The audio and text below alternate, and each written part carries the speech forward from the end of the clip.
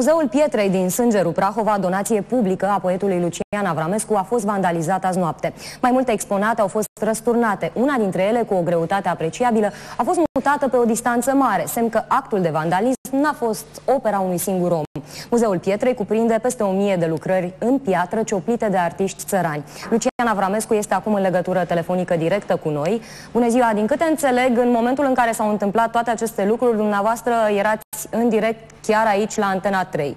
Și ați face cumva o legătură între lucrurile pe care le-ați spus dumneavoastră aseară și faptul că imediat muzeul a fost vandalizat?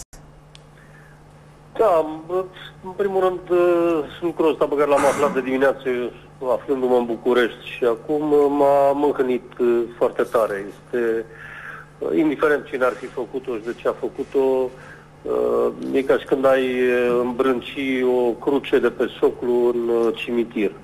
Deci este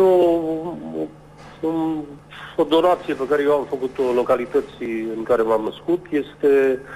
Sunt multe lucrări adunate din sate, din multe sate, din Moldova, din Muntenia, din Ardeal, încercând să demonstrez că românii au și o civilizație a pietrei, nu doar o civilizație efemeră, trecătoare a lemnului. Deci asta am făcut eu acolo și n-am niciun avantaj decât acela de a vedea că vin oameni din diverse locuri, studenți din București, vreau să fac și o tabără acolo.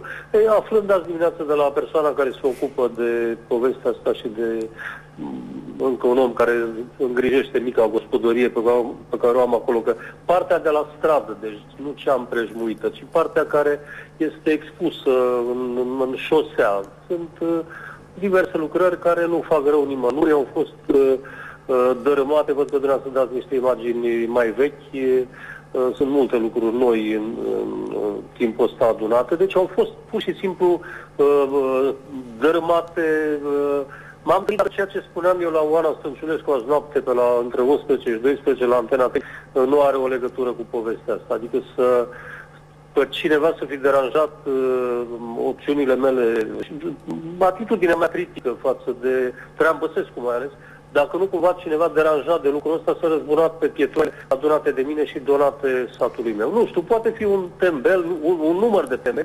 Am luat legătura cu vecinii mei, că întâmplător poliția e lângă mine, ca și primăria care este făcută și donată de bunicul meu satului. Avem un principiu al donației în familie.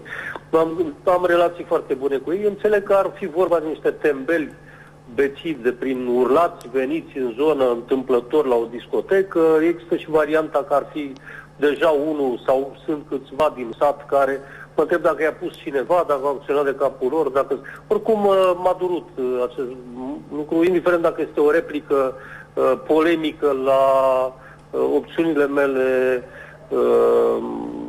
publice, sau dacă este pur și simplu un gest de vandalizare. N-au spart spre bucuria mea nimic, deci doar au răsturnat vreo 5-6 lucrări. Unele, într-adevăr, mari, nu le-au cărat departe. Un pietroi din ăsta cu greutate mare este aruncat într-un șanț. De ce au făcut-o, nu pricep. Că au făcut-o... Poate se va lămuri poliția după ce va cerceta ce s-a întâmplat acolo și va veni cu o explicație cât se poate de clară pentru un astfel de gest. Oamenii de la poliție sunt vecinii mei și sunt convins că sunt tineri deștepți și este și o cameră de supraveghere de la primăria fiind lipită de casa mea. S-ar putea să-i depisteze pe cei care au făcut-o. Din ce motive au făcut-o, să Dumnezeu cu mila.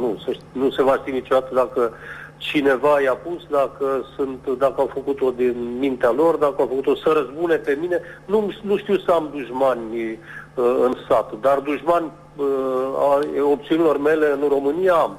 Sunt, se pare, vreo 10-11% din români, dar nu cred că au venit să dărâme un muzeu al pietrei. Pietrele astea nu fac rău nimănui, sunt doar o demonstrație că românii au cioplit în piatră și au cioplit frumos uneori. Și chiar am dat cel mai mare cioplitor în piatră și artist modern din lumea contemporană, care se cheamă Brâncuși.